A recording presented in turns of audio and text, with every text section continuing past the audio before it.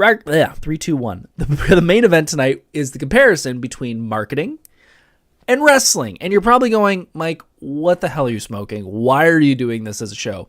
Well, it's honestly an interesting topic. I am a wrestling fan. I've been a wrestling fan since 1997. I have also studied the world of marketing. I have a diploma in marketing. I work in marketing as a day job. I've been working in the marketing field for almost 10 years now. And it is pretty darn obvious after all these years of in the marketing field and all of these years as a wrestling fan, they're pretty similar in the way that they promote themselves and the way that they market themselves. And yes, I do understand that wrestling is a business and they need to market themselves, but businesses take keys from wrestling and use it to market their own products. And we're going to get more into that in the next few minutes. If you are watching this at a later date, we do this every single Monday night, so you should tune in Monday nights, 7 p.m., live on here on the YouTube channel, and you can join the conversation. So when it comes to marketing and wrestling, I've kind of broken this down into 5 sections, and I feel like these are the best ways to explain the comparison between marketing and wrestling. So first, let's start off. We all know what pro wrestling is. 2 guys, 2 girls get together, they have a big wrestling match, and there's a winner, there's championship belts, and all that. The world of marketing is basically taking a brand, taking a product, and trying to deliver it to the masses, delivering it to the audience that wants it. If you've ever seen The Wolf of Wall Street, is a great example of a great marketing movie. There is a key scene that most marketing people know, and probably you know as well, where Leonardo DiCaprio's character holds out a pen and says, "Sell me this pen." And they change what the actual way of doing this is. They do it in a joke form because of a movie. But the best way to sell a pen is not to just sell the pen to everybody. Don't go up to random people and be like, "Do you want a pen? Do you want a pen? Do you want a pen? Do you want a pen?" Doesn't work that way. What you want to do is find out what people in the world want a pen first, and then find out things about them, and then try and sell them the pen to people that actually want a pen. Don't just bleh to everybody, because that's the joke, is everyone just thinks, well, you could just sell to everybody. I'm like, no, that's not how marketing works. And in order to sell a product or sell a brand, you can't just sell a pen. Like, I can't, no matter what the product is, if I wanted to sell this podcast, I would not say, this is a podcast, it's on YouTube, it's on every Monday night, it's 7 o'clock, I talk about stuff. No one cares. However, if I do a story about the podcast and I explain, hey, this is a podcast where we talk about different fun things that happen at conventions, like the time where I ran into Ron Perlman while I was just wearing a bathrobe in an elevator. That got your attention. That's storytelling. And guess what wrestling does? Wrestling has storytelling. Just like wrestlers try and build hype with their storylines that include the rivalries, betrayals of each other, underdog arcs, marketing uses narratives to connect emotionally with audiences and make the products memorable. The best example that I've always gone through is Coca-Cola. If Coca-Cola made a commercial that was Coca-Cola is hot, is brown and fizzy, you would never see a sale of Coca-Cola again. What they do is they talk about the story of Coca-Cola. There's usually a commercial about your friends on a really hot day like today, and they just need something to cool them down, and they break a Coke, and all the fun begins. That's storytelling, and wrestling does that too. With, stories like Austin versus Rock, McMahon versus Austin, Cody Rhodes finishing the story, the Bloodline story. If it was just matches and not a story, no one would care. Like, there are so many wrestlers in the world, whether it's WWE, whether it's AEW, whether it's New Japan, whether it's AAA, all these wrestlers out there, if they're just doing matches and not doing a storyline, no one cares. No one is going to care because they're not connecting emotionally to the superstars. That is exactly what marketing does. That's what brands do to become big brands. They need to sell you on the story of the brand. Apple shows you the luxury of a brand. They don't just sell you phones. Lexus shows you the luxury. They don't just sell a vehicle. That is one of the biggest things when it comes to brands, is you need to sell the story just like wrestling does. If you bring two wrestlers into a match and they fight, it might be a great match. And if you're a fan of wrestling and the wrestlers and wrestling, you might get into it.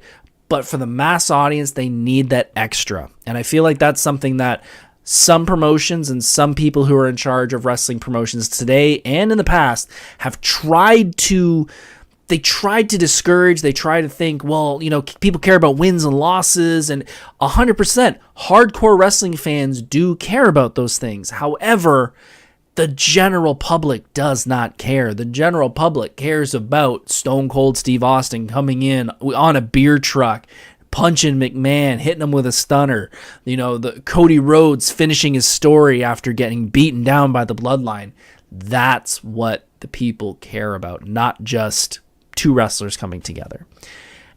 And to back that up even more, another thing that is really important is the wrestlers, because similar to brands, each of these characters does have their own branding and do have their own aura of themselves. You can almost compare a lot of these characters to actual brands.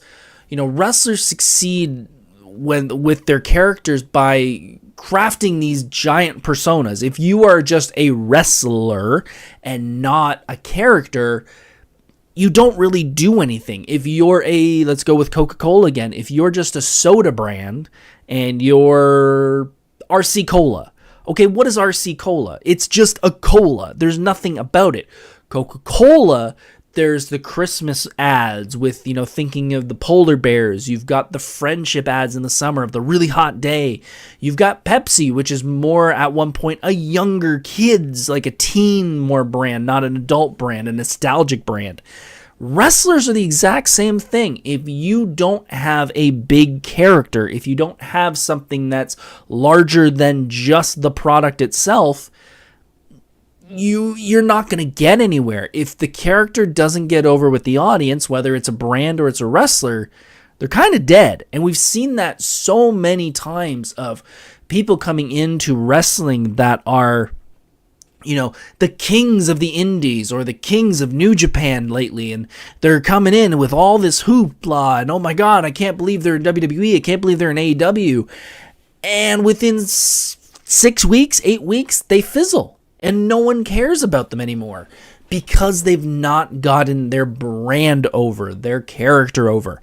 And as I said earlier, some of these characters, some of these wrestlers are brands, and they compare very similar to brands. Austin, if you don't think Austin and Budweiser is the same thing, of course, those are exactly the same type of audience members who are into Austin are into Budweiser. Same with Ric Flair. The people that are in with Ric Flair and love Flair are probably fans that would probably love to be wearing a Rolex, because that's Rick. Rick's that, up all night, got the luxury vehicle, out with the clubs and having throwing money left, right, and center. That's the Rolex brand. That's Ric Flair. They are together. CM Punk. How many people look like CM Punk? Shop at Hot Topic. It's the same thing. Those are people and brands. And like wrestlers, those brands can change. And those brands can evolve from one to another. They can evolve based on their audience. They can also evolve in the culture. A good one for wrestling is The Undertaker. Undertaker at the beginning, completely quiet, let Paul Bearer talk all the time. Then we get into the late 90s where he starts talking. And then we get into the 2000s where he comes back and he's the American Badass. And then after a few years American Badass, he goes away and he comes back as the Dead Man again. And then later on he becomes the MMA Dead Man where he's the UFC guy. I don't know how the hell they put that up to him, but whatever. And then he goes back to kind of being more the Dead Man and retires, and now he's Mark Calloway. He's just the guy. Brands kind of do the same thing over the years. Brands can change. So for a good example would be Nike. Nike was a brand when it started back in the day that was for everyone. They were making shoes and clothing for the general public. They had tennis players. They had some basketball players, but not a ton. Then they got Jordan, and Jordan kind of blew it up, and every kid in the world wanted their own pair of Jordans. And now, over the years, it's become more of a luxury brand. It's become almost like a Rolex. The price of Nikes are way more expensive than anything else, than any other type of shoe right now. So you can see how brands, while they may have an audience right now and they may have something that is a staple of them right now, they can change, just like Undertaker changed, and just like a Nike or even an Off-Whites that has changed with the culture and has become a luxury brand. So we have storytelling of a product, of a brand. We have the character and the product is branded properly. That is key. Let's jump into the next thing that'll compare marketing to wrestling. The engagement. The engagement is so important in the world of marketing and almost imperative in the world of professional wrestling. Wrestling thrives on crowd reaction and live feedback. This is something that we knew as wrestling fans was important. We knew that feedback from the crowd live in person was important until we hit the pandemic. And once we hit the pandemic, and if you were not watching wrestling at that time, we could not have live audiences. So we had to do the Thunderdome, which was all TV screens where you could go on camera and be on the Thunderdome. And it sucked to watch live. It sucked for the wrestlers. It was terrible because wrestling feeds on live reactions. And so does marketing. Marketing, you need to have a reaction to your product or your brand. Otherwise, it's going to die. No one's going to care. As we talked about earlier with the Audie Shanker Duke Nukem thing, I totally understand why people may see something that upsets them, may see something that just, why are we talking about this? Like, we should comment on it. We should tell people not to like it.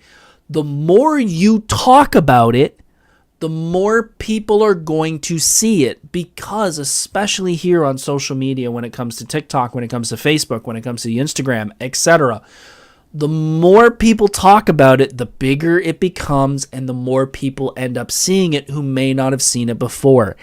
If you want something to die, if you see something that you do not like and you wish it would stop, don't talk about it. I know it goes against everything you want to do, but you need to stop, because if you keep talking about it and you keep commenting on it, it will feed the algorithm and it will be seen by more people.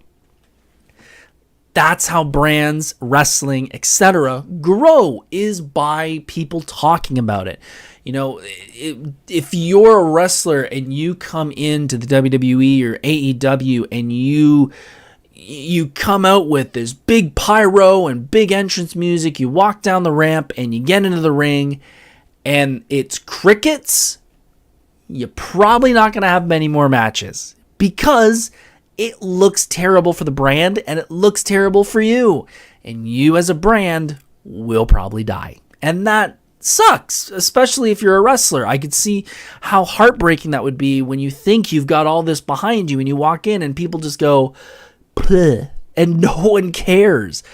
But it happens. And that is exactly the same thing when it comes to brands. If you don't do things online, if you don't post online, if you don't do ad space, if you don't get your word out there and talk to different people in your audience, you're going to die. Like, that's the world now, especially on social media. It is a world where if you want to grow, you have to be on social media. You have to get your voice out there. And I know this, especially being a cosplayer. If I want to show off my cosplay, if I want my cosplay content to be seen, I need to post more of it. I need to do podcasts. I need to cut these podcasts and put them into their own videos. I need to do shorts. I need to do a whole bunch of different things. That's the best way to get noticed nowadays. And brands know that too. Wrestlers know that too. That is why you're seeing way more wrestlers on social media doing their own things, because if they're quiet, no one knows about them and no one cares. That is the world nowadays, is you have to be on social media. You have to be barking and talking all the time, because that's the only way you're going to get seen.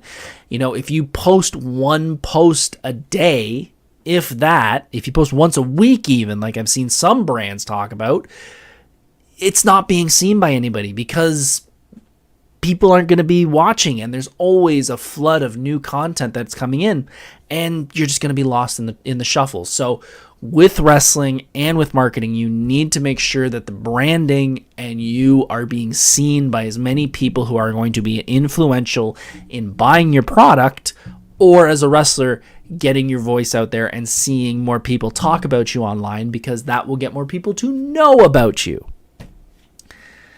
With that attention that you're going to get from social media as a wrestler or as a brand, it is going to drive hype. And that is one of the biggest things in all of marketing and all of brand building and wrestling. You know, promos for your matches are like teasers for the big match. Like, if you just say WrestleMania 40, Cody Rhodes versus Roman Reigns, nothing else. And it just dies. There's nobody going to stay hyped about that for a very long time. You want to build buzz, and that's the same thing you want to do with a product or a brand, is to keep talking about it, doing teasers, you know, especially for things, you know, the best way to showcase this is movie trailers. Movie trailers are marketing for a brand. And the brand is the movie. That is the final product. If you don't show a trailer, the chances are you're not going to get a lot of people coming to see it in the movies, because no one's going to know about it. And I especially say that today because it came out over the weekend that, in case y'all didn't know, Disney or DreamWorks, I think it was DreamWorks, put out a new animated movie this weekend called Elio. Did any of y'all know about this movie? I sure didn't. I didn't know it until I got to the movies to see How to Train Your Dragon, and then I saw pictures for it, and I was like, oh, that's interesting. Not going to see it, but at least I now know it exists. They didn't market this movie properly, and if they did, they may have had more people come and see it. Same with wrestling. If you just book a match or book a pay-per-view and don't promote it and don't build to it, it's going to die. You need to create buzz. You need to bring in anticipation. You need to bring FOMO, fear of missing out is what it's called. You need to build something like that. And, you know, even building a showcase for, you know, the building excitement for things like the Super Bowl commercials. Like, that is the WrestleMania of, you know, advertising, is a Super Bowl commercial. It is the most expensive thing you will ever buy if you're a marketer, because it's like $20 million to get on the Super Bowl. But if you do it right, it is one of the best investments, because it is literally the only time we'll just use America. We won't go into other countries because I don't know if they really care. It's the only time the United States stops what they're doing and watches the commercials.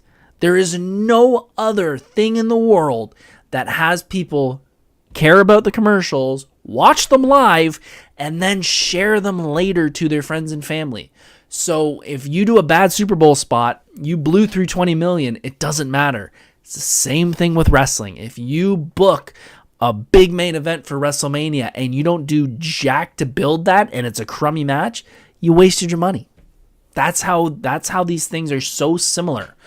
So we've talked about storytelling and how to sell a product. We've talked about character in wrestling, and branding of a character and a product is key. Austin being Budweiser, Ric Flair being Rolex, CM Punk, Hot Topic. We've talked about engagement. We needing to bring engagement and bring people into the world that we're trying to build as a brand, and also in wrestling. If no one knows, no one cares. And hype, making it exciting, making something big, making something you have to see. You can't miss this. And lastly, consistency. This is something that I think a lot of brands have a problem with, and I think wrestling is so good at. Fans will stick with their favorite wrestlers because of their consistent performance and character.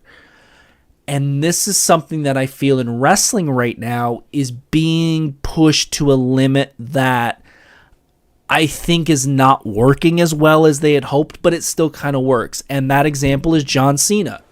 John Cena has had the consistent brand for the past 20 years of hustle, loyalty, respect. He was the Superman of the WWE. And now, over the past couple months, he has turned heel and he has become a bad guy. However, when you see him in interviews, or you see him at, I believe there was a Fanatics event in New York over the weekend that he attended and was doing goofy, funny stuff, it's inconsistent. He's not just a villain. He's doing interviews as John Cena, the person, not the character. And it's kind of running into a wall with some people, including myself, where I'm like, if you want to be a bad guy, I'm more than happy to take that risk with you and to run that gamut. But you're being inconsistent now. You're a bad guy on TV, but you're a good guy in interviews, but you're funny when you're live. It's not making sense. Steve Austin, from 97 to today, has always been Steve Austin. He's always been that way. He's always been beer swinging, beer drinking, beating the crap at everybody. A stunner's coming sooner or later. It's consistent.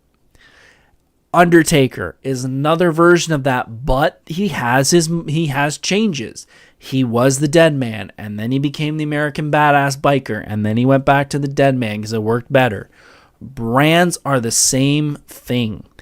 When you build a brand, you need to build loyalty. This is something that is imperative to a lot of brands because they don't see what their audience sees. They are, as I've said many times to coworkers and anybody who asks, a lot of people are too deep in the forest to see the trees when they work for a company. They see the marketing things all the time because they're either in the marketing department or they just see it because they work for the company. They don't see what the audience sees. And sometimes it's very inconsistent. Is this brand a family brand that, small town brand? Is it, I've seen that more than anything where people are having trouble when they hit that line of being a small local business and now they're getting 5 or 6 locations. Well, now they're becoming more of a province or a statewide brand, and they a little farther, and then you can become an American brand or a chain. A lot of companies have trouble going from one to the other because they want to keep their hometown roots, but it's hard to do when you have 5 or 6 locations that you can't sort of monitor as much as one, and they stumble, and that's usually where they fall. Wrestling's the same thing. If Austin came out and he did a promo, as I'm a hardcore wrestling fan, I still remember, after he won the WWE Championship in 98 at WrestleMania, he came out because Vince McMahon told him he has to be a corporate champion, and he came out in a suit and tie. If he had stuck with that character, he would have been dead because that's not what everyone believes Stone Cold would be. So a brand and a product need to have that consistent feel. If Coca-Cola wanted to do some, weird side brand of Coke, and like they wanted to, or not, let me take that back, they do that. If they wanted to take the Coca-Cola brand itself and wanted to, I don't know, it's now good for, it's they turn it into a Red Bull and they're like, it gives you wings or something like that. That's not what Coca-Cola is. A Coca-Cola, like I said, is thinking of nostalgia, the Christmas commercials, or going out with friends and having an ice cold Coke and stuff like that. They have a brand, they have a consistent thing that they have to keep going. If they buy another product or they build another product and they want to do a different type of marketing deployment on that, that's totally understandable. That's no problem. But when you have a brand that's consistent, you need to keep it that way. Otherwise, you're just going to cause confusion in the market. John Cena turning heel, Steve Austin becoming heel. Taker is one that kind of blurs that a little bit and kind of works, but if you're a hardcore wrestling fan, you know that when he sort of became the Dead Man and when he became the American Badass from the Dead Man, you know that around that version of the Ministry Undertaker, it was kind of falling off the rails a little bit, and he needed to do something different. And I think the American Badass was a great way to go. It was more towards the character, and wrestling was starting to go in that more real way, so it worked perfect for him.